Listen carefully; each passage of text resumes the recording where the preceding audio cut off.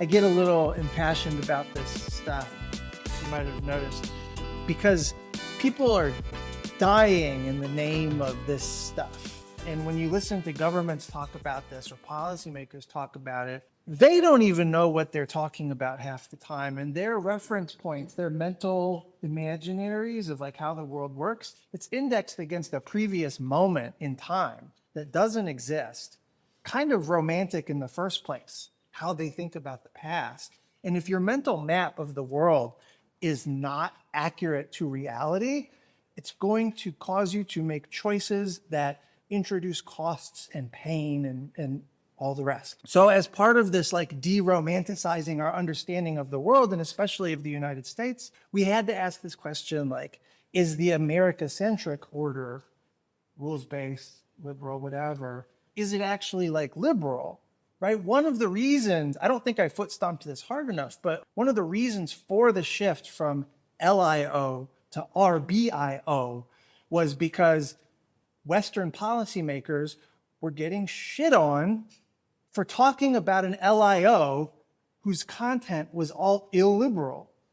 You're friends with dictators, you're selling arms to, genocidal states, and you're doing all of these moves against other great powers that are closing off economic openness, that are undermining economic openness, that constrain immigration, or that even put controls on capital mobility in the extreme case. What is functionally liberal about any of this? So instead of confronting the contradictions, Western policymakers said, okay, we'll just call it rules-based international order. That's why the shift happened, because there was too much hypocrisy in calling it liberal. And I say that as a preface to thinking about some of the darker realities to international order the past 60 years under the so-called rules-based international order. And anybody who wants to prolong that order or replicate that order, like treat it as some kind of model or desirable or something, you would have to either accept all of this as the price of international order and then move on, or if you don't like this stuff, you have to somehow deal with it. How do you redress it? How do you remedy this? How do you make sure the next international order isn't this shitty, right? And so what is the shittiness? Well, during the Cold War portion of the rules-based international order, there was 66 US-led regime changes abroad, 44 of which were in democratic countries. That's a problem. The Vietnam War was famously catastrophic and illegal, and nobody in the US political system, nobody in the US policymaking apparatus went to jail for it, but a lot of peace protesters went to jail for it, opposing it. We had nuclear testing in the Pacific, in the Marshall Islands. They're still dealing with the fallout and the cancer rates and the forced migration and everything. And they're still like seeking remedy from the US government for that. To this day, the US is still conducting missile testing and hypersonic missile testing in the Marshall Islands. And the Trump administration is very likely to resume nuclear testing.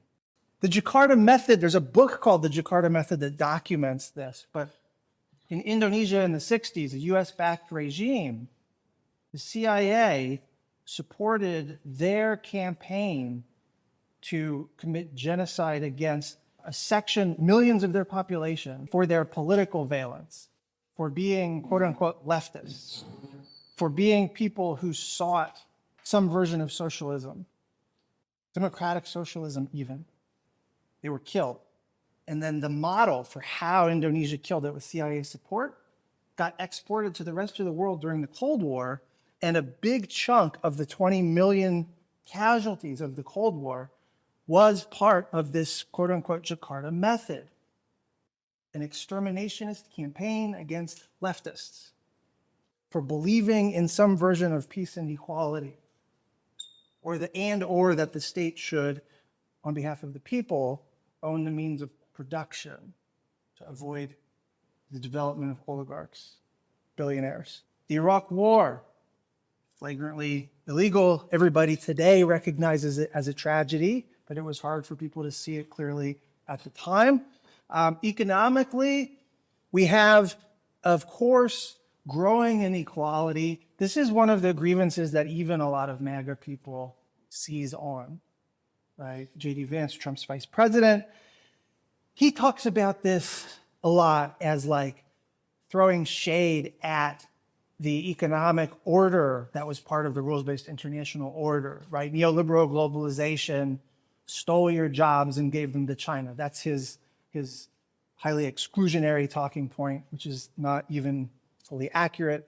But like inequality, the existence of inequality and deindustrialization in America made it possible to say stuff like that, right? China took your jobs, and then to blame it on liberal elites who ran this neoliberal globalization order, which is the economic side of international order, liberal international order, right?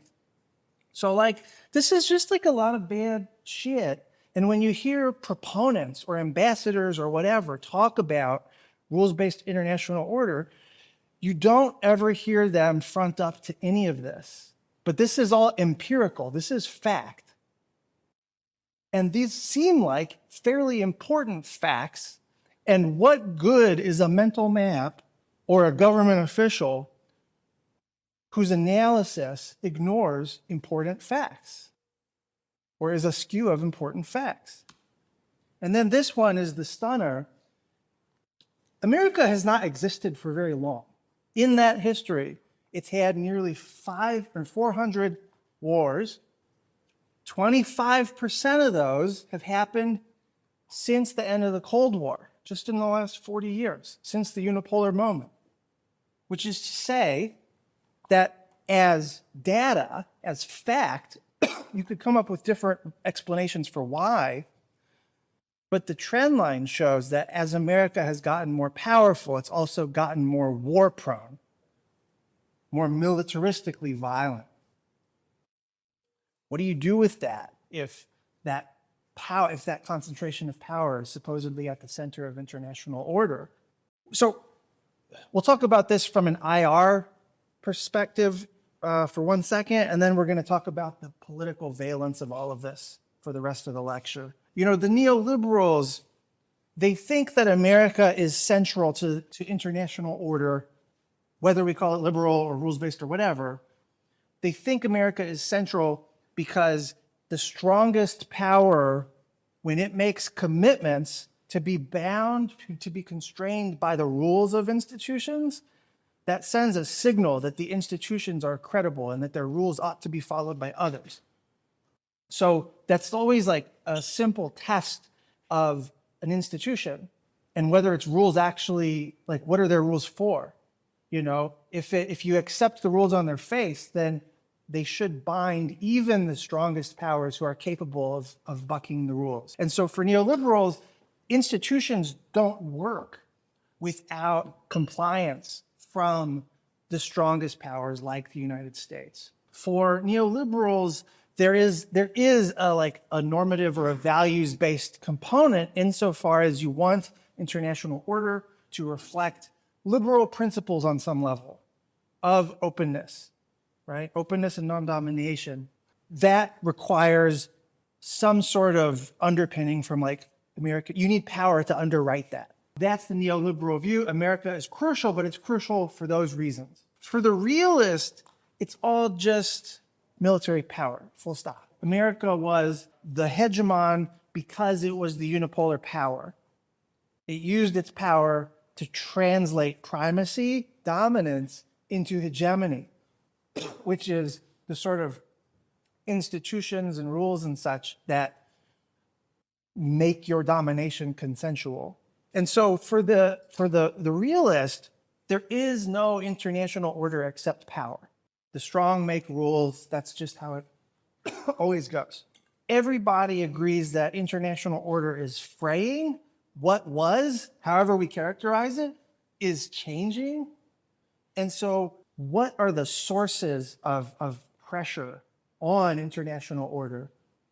Why is it fraying? Why is it collapsing? Why is it no longer what it once was? And this is overdetermined in the sense that it's coming from like three pathways. There's this divide between left and right in America and how they see the world and how they see America's role in the world that changes everything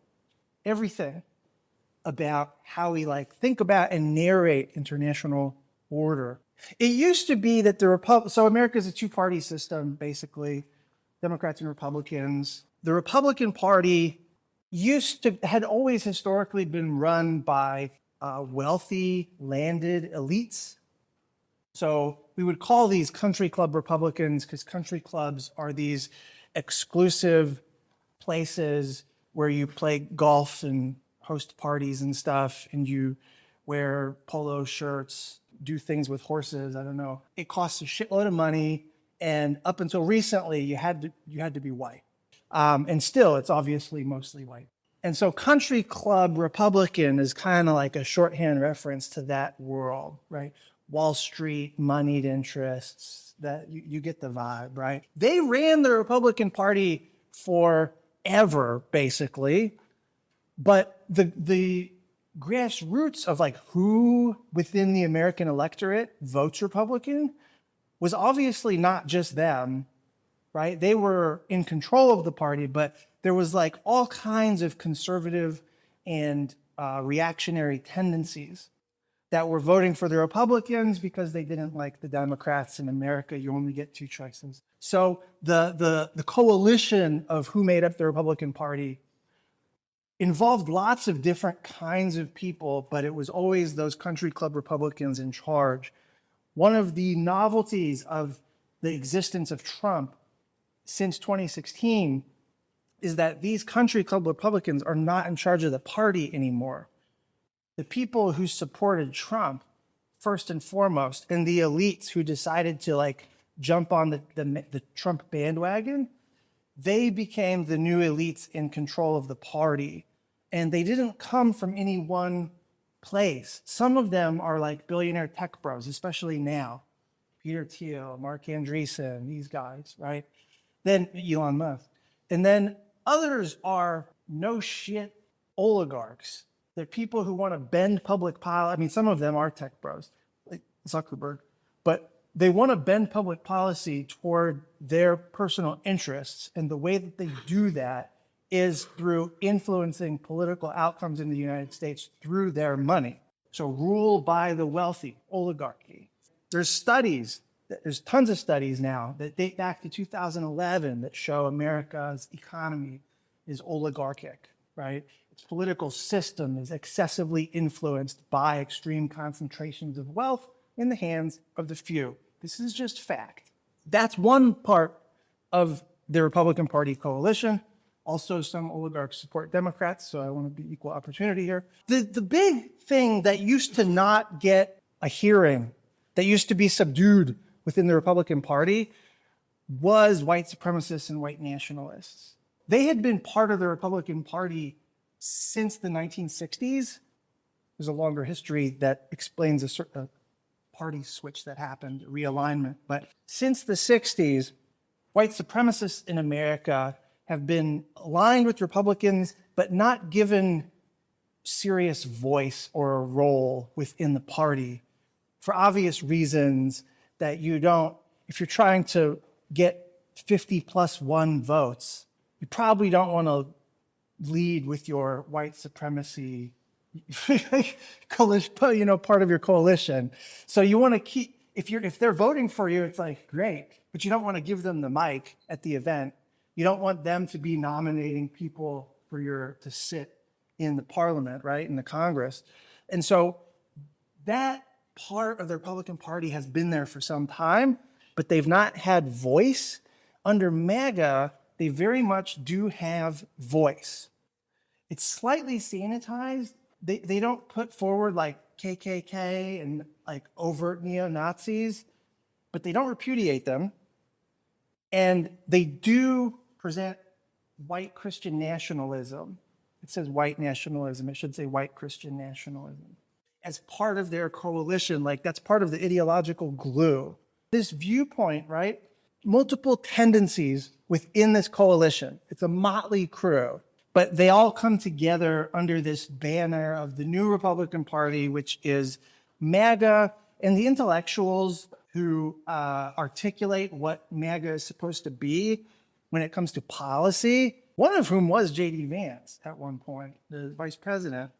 And what they articulate is a view of security as a scarce resource. Security is not abundant, it is scarce. It is something to be hoarded at the expense of others, right? Femi Taiwo, who gets to be secure? They're actually pretty clear about this. People that we consider Americans, which is a shrinking percentage of the population of Americans, we don't consider all Americans Americans, but the Americans that we consider Americans get to be secure, and it's at the expense of everyone else because everyone else threatens that scarce security. And they have a parallel belief in the kind of tragic inevitability of civilizational war. And it used to be that this idea of like clash of civilizations, Samuel Huntington wrote about this in the 90s. Everybody in IR thought it was like fabulously racist to talk about a clash of civilizations, especially in like the neoliberal globalization era, right? And the work got famous only as like a cautionary tale, like don't think like this. Everybody taught their students in IR. Everybody like made Clash of Civilizations mandatory reading for like 40 years, but it was a hate read. It was like, this is what you don't do. This is not social scientific. This is racially charged thinking about international relations.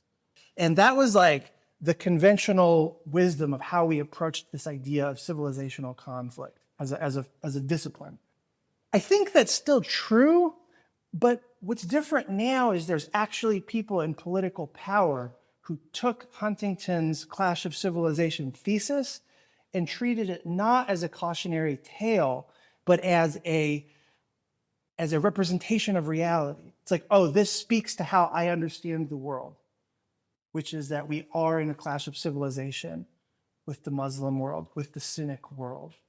You know, basically the yellow races, the brown races, and then we've got our race, which again, that is like that's a complement to a white nationalist ideology. And then corresponding to all of this is this desire to kind of like explode international institutions as we've known them. And what scholars like me have not quite figured out is like, is the ideology that we're talking about here, this MAGA understanding of the world, are they hostile to international institutions because those institutions were propping up a quote unquote liberal order and it's the liberalism content that they have a problem with? Or is it like they just don't want to be constrained and institutions are supposed to constrain? And so they're hostile basically to rules unless they're the rules that they constantly come up with and randomly change. So there's like as a fact, MAGA is hostile to international institutions, very skeptical of them, very skeptical of alliances as well, because alliances are security institutions. But it's not obvious what the reason for that hostility is right now, or it's debatable. The big thing here is that this bottom point about unmooring from rationality, it's increasingly the case that like MAGA statecraft, MAGA formulations of policy are based on willful misrepresentations of reality. So like one example among many is the military deployments within the United States that's happening like right now. Those deployments are based on claims that crime data in democratic cities in America, like LA, DC, Chicago, New York, those crime statistics are down by historical comparison. But you have to, the premise of the military deployments in these cities is that crime is out of control. So MAGA claims the books are cooked. the crime stats are incorrect.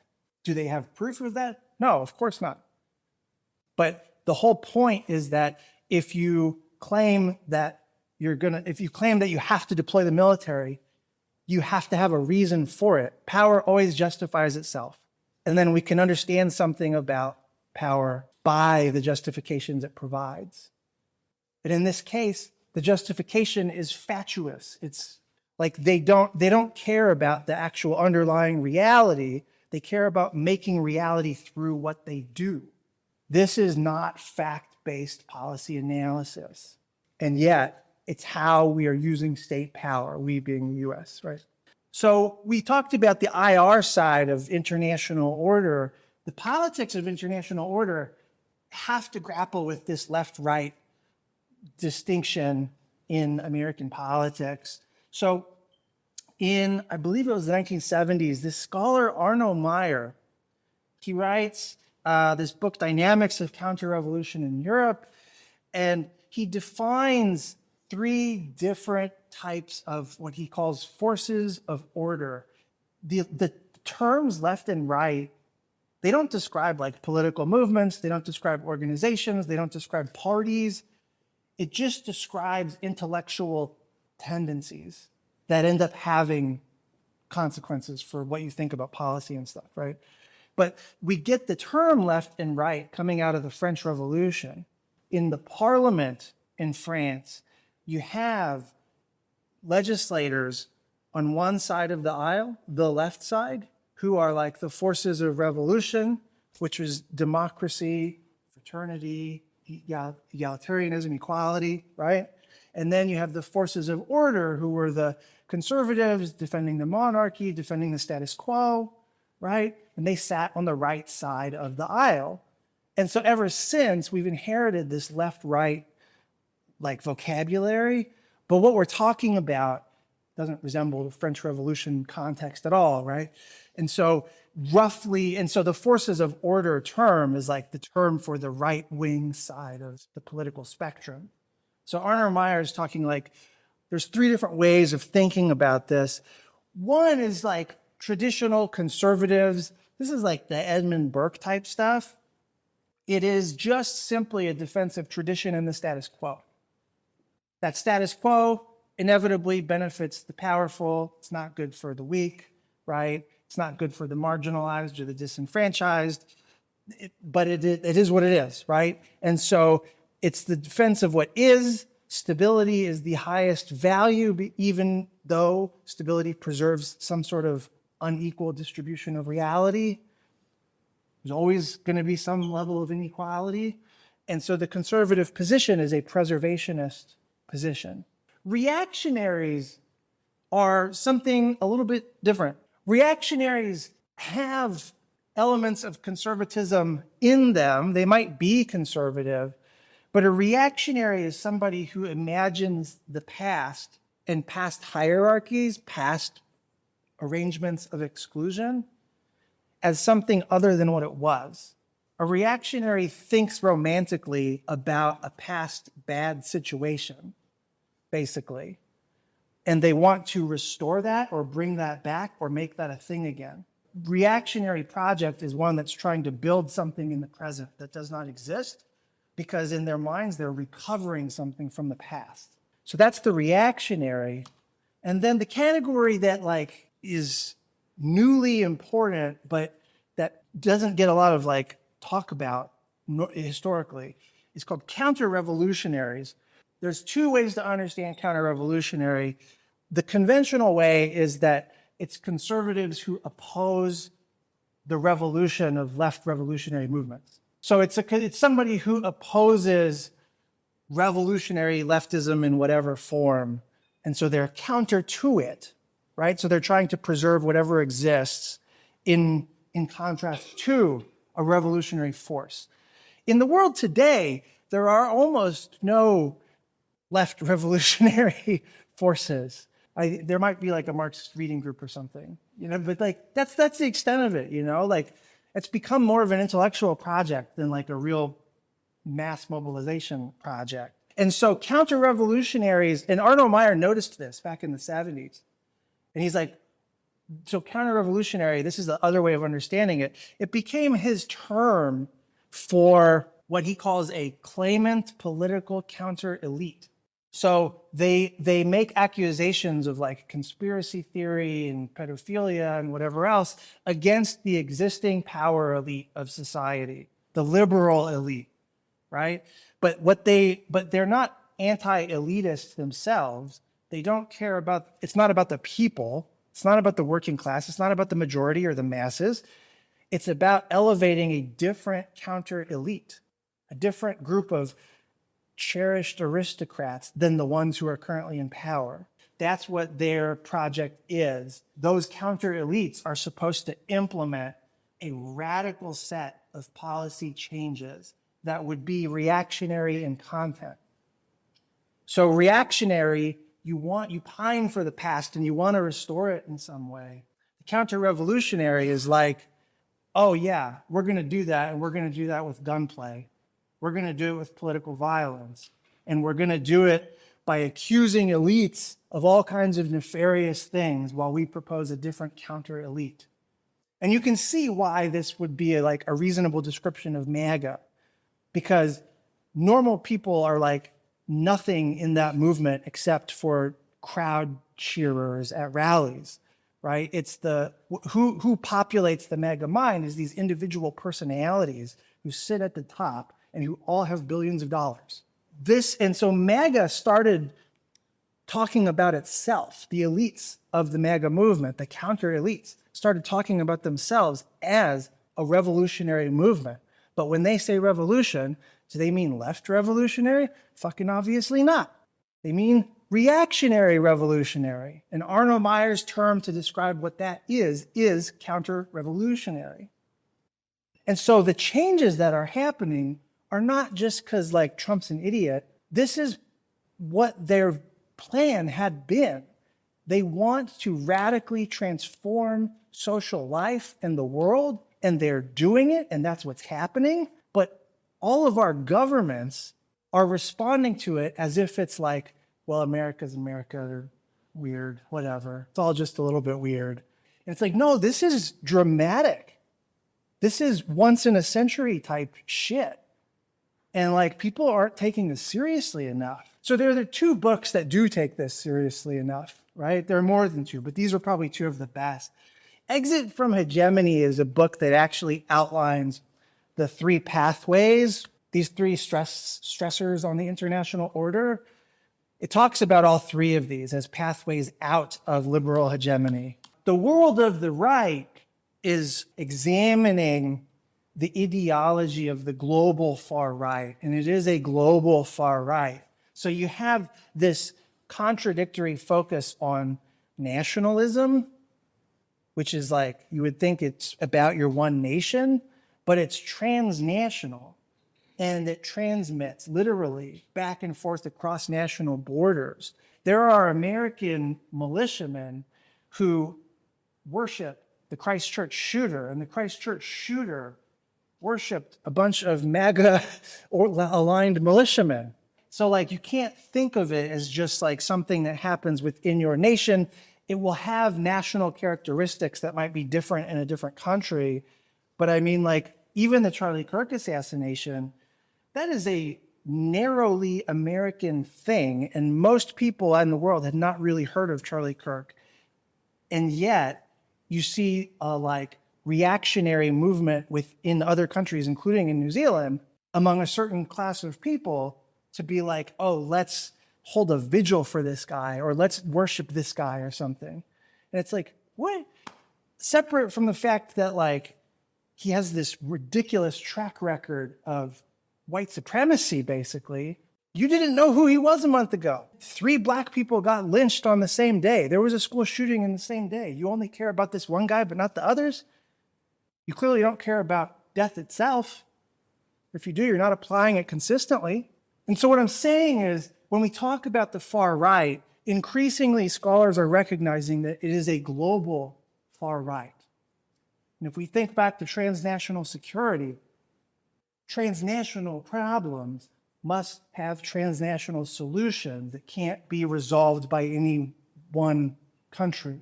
And so the global far right, according to this book, World of the Right, and according to Exit from Hegemony, the global far right is a counter-order movement. It is against the existing order, domestically, but also internationally. And so it's the international part that these two books tend to focus on.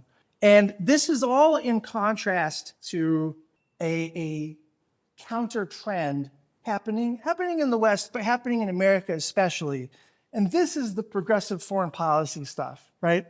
In America, the left, quote unquote, tends to self-identify as progressive. What they think about foreign policy, because like the country they exist in is the trillion-dollar war machine, 400 wars in 200 years, the dominant power in the international system, has actual existing imperial relations. It's weird to be a leftist in that context.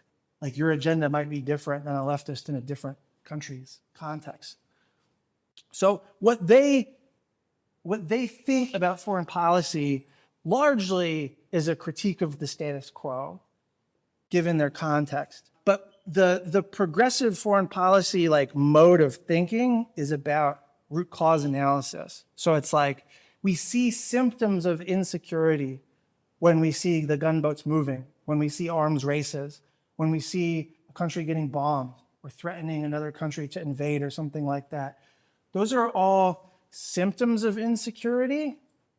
Responding with military solutions, it might be necessary in depending on the circumstances. Like if you're Ukraine and you're getting invaded, like you probably need to fight back, or figure that shit out somehow, like be pragmatic, right? But how you respond to the moment, to a symptom of insecurity, is not going to address the root cause of that insecurity unless you go back to the social and political context that gave rise to the insecurity in the first place. So the idea is basically root cause thinking, and it's an understanding of military power and the use of military power as a symptom of insecurity, not a solution to insecurity, right? That's the basic premise.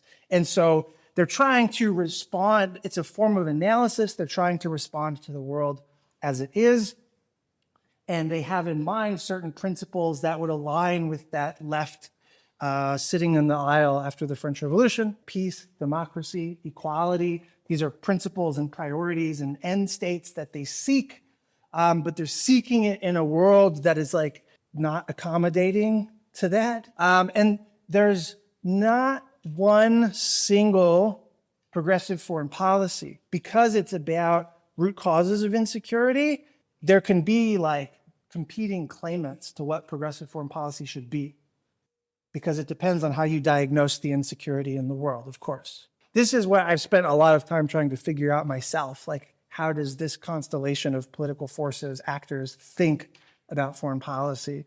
This is also a response to liberal internationalism. This is also a response, a critical response to the liberal international order.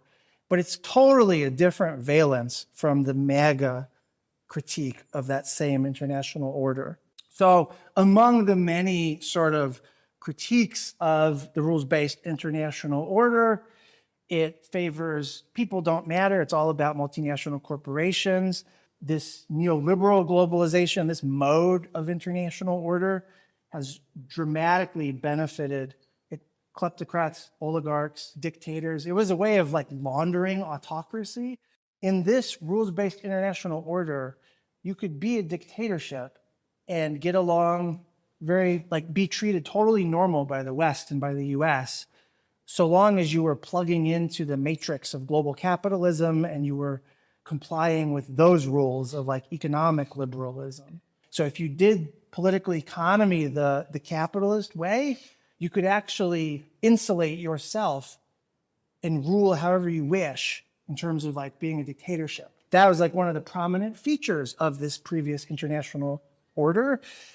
As we talked about on a previous slide, the international order has not been peaceful. And for the progressive foreign policy folks, peace is supposed to be the point. Positive peace, not negative peace, right? Something more than stability. This is like the driving aim. And so, of course, there ends up being this larger critique of militarism and of the excessive use of military power. Part of the reason for that is an analytical critique that ties the uses of military power to these, what we call negative externalities, unintended consequences of using military power. The imperial boomerang, that's an example of this, but it's the idea that like you use military power in the world, but because it's a tool of violence, it ends up inevitably having like negative consequences that you don't foresee, and that reshapes the politics of the possible. And we're in this doom loop where we keep responding to insecurity with military solutions that don't really solve anything, and then like the problem metastasizes and gets worse in new ways, and then we have to respond to that again and again. And so they want out of the doom loop. And so a lot of their policy advocacy is based on an analysis of the doom loop to say like we need to take a different path, right? I said though, like I'm not necessarily, I've written about this stuff. I'm very like, it's very easy to find what I think about things. I'm like too vocal, but like I don't necessarily like advocate for progressive foreign policy. I mean, you can find proof that I do sometimes, but it's like the reason why I'm not like selling it is because it's full of problems. And even in like the writing that I've done on this, I've fronted up on precise. I've tried to articulate what those problems are. Like it's full of risks. Like, are you gonna use American power, but just do it for good in a system where the other side is like doing fascism? Like, you think you're doing good under the Biden administration using the power of the FBI to like prosecute your political, like, far-right militias and neo-Nazis and stuff. That's all fine.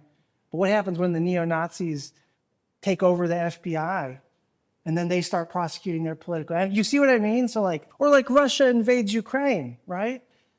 It's one thing to say like, Russia is insecure because of its oil wealth fueling a kleptocracy. The solution here is to actually like go green, get them on, get the world economy out of fossil fuels. That will bankrupt the kleptocracy in Russia. But like those kinds of responses are like long-term responses.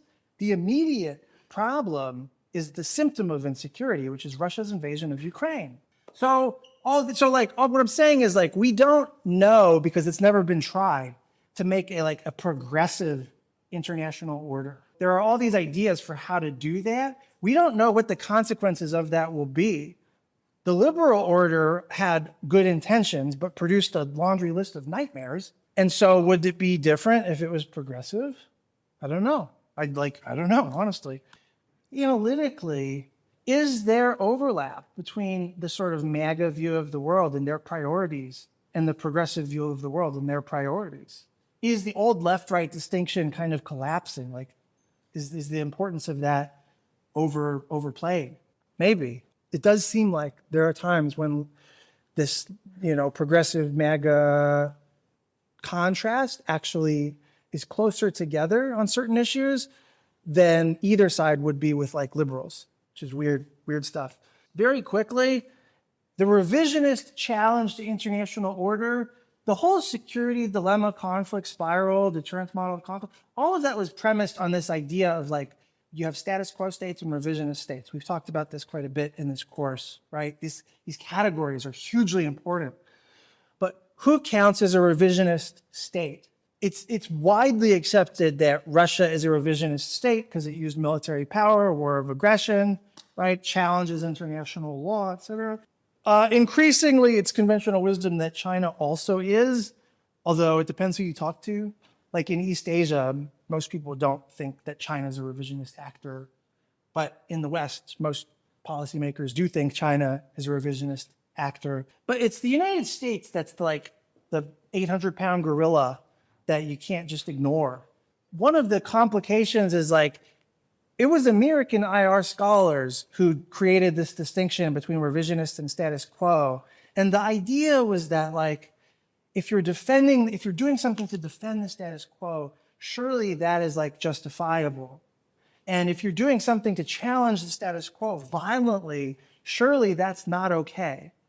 And so Nazi Germany is like the classic revisionist actor, and international relations knowledge is supposed to be, if nothing else, to stop that kind of actor, to stop the revisionist actor, right? But that was all in a context, we were thinking about that in the context of US hegemony. A hegemon writes the rules. But if a hegemon rewrites the rules and wields violence on behalf of its own rules, is it not a revisionist actor? Should it not be stopped? Right? There's a lot to chew on there.